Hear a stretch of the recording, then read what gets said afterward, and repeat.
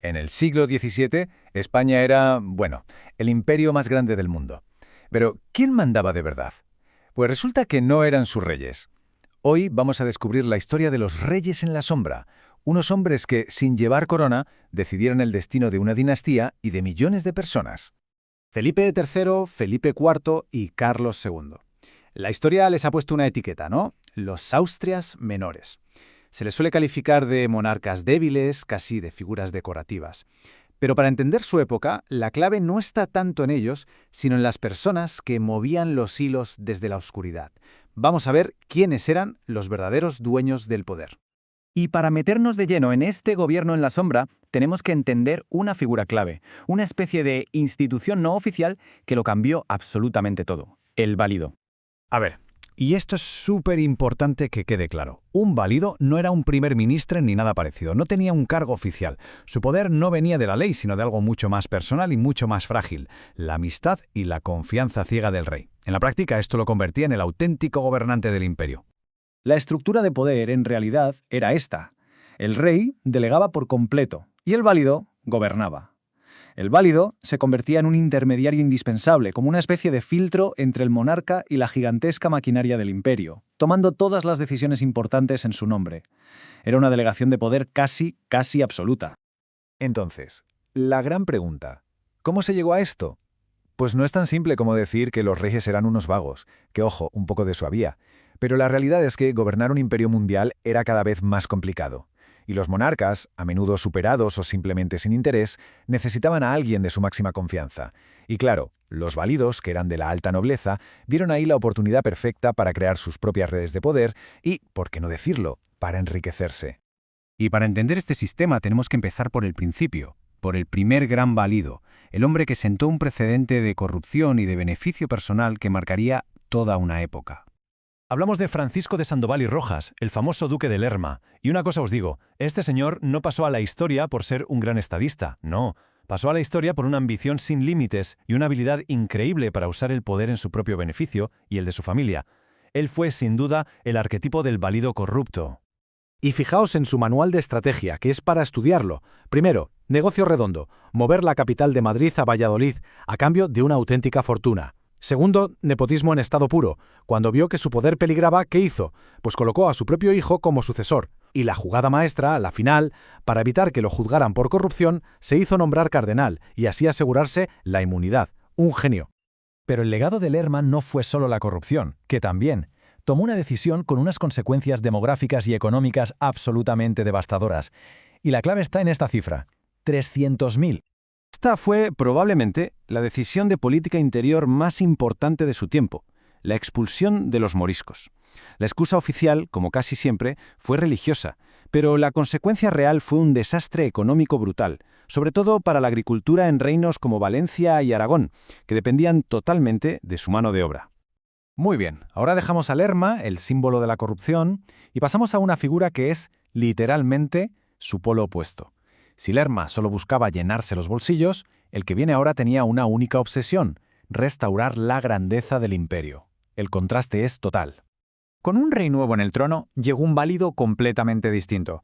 Un hombre con un plan gigantesco y, eso sí, muy autoritario, para intentar salvar el imperio de su propia decadencia. Sí, con el rey Felipe IV llega un válido de otro calibre, Gaspar de Guzmán, el conde duque de Olivares. Y este señor era otra historia. A diferencia de Lerma, Olivares era un tipo culto, un trabajador incansable que de verdad quería fortalecer la monarquía. Su gran problema no era la falta de ideas, sino su carácter autoritario. No aguantaba que nadie le llevara la contraria a sus planes. Y para entender su proyecto, nada mejor que leer sus propias palabras, escritas en secreto para el rey.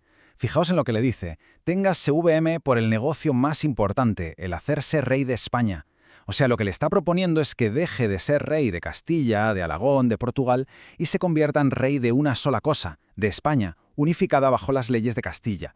Un plan tan revolucionario como peligroso.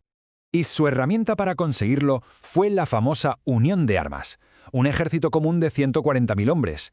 Y aquí venía lo gordo. Por primera vez, todos los territorios del imperio, no solo Castilla, que ya estaba exhausta, tenían que aportar soldados y dinero. La idea era repartir la carga.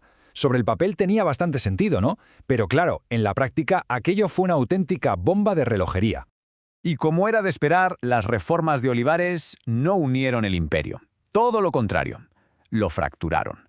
Y provocaron la peor crisis interna que se había visto en un siglo. La lógica de Olivares, desde su punto de vista, era clara. Necesitaba dinero y soldados para las guerras de Europa, y para eso hacía falta la unión de armas. Pero al imponerla a la fuerza, lo que consiguió fue fracturar el imperio. El resultado fue la sublevación de Cataluña y Portugal. El remedio, al final, fue mucho peor que la enfermedad. La guerra abierta con Francia fue la gota que colmó el vaso. La presencia de tropas castellanas en Cataluña encendió la mecha, y todo estalló en el llamado Corpus de Sangre de 1640. Un levantamiento brutal, salvaje, donde segadores y campesinos masacraron a soldados y autoridades, incluido el propio virrey. Acababa de empezar una guerra civil que iba a durar 12 largos años. El desenlace de esta crisis fue muy distinto para las dos grandes rebeliones. Ambas nacieron de la misma política, pero sus destinos fueron completamente diferentes. Mientras la revuelta catalana fue finalmente sofocada tras años de lucha, en Portugal la historia fue otra.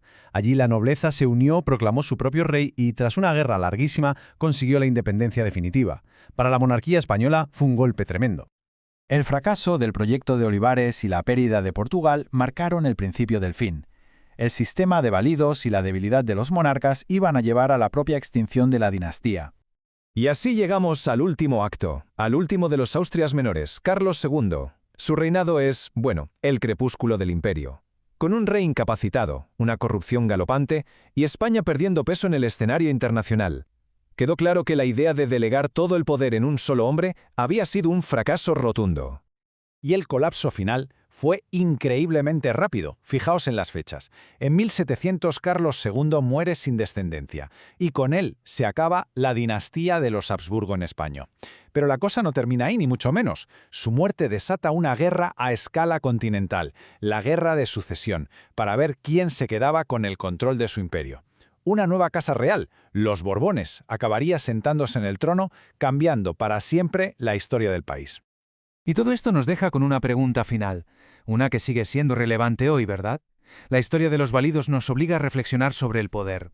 ¿Es la concentración de toda la autoridad en un favorito una solución en tiempos de crisis o es más bien una fórmula garantizada para el abuso, la rebelión y, en última instancia, la decadencia? La respuesta, como acabamos de ver, es peligrosamente compleja.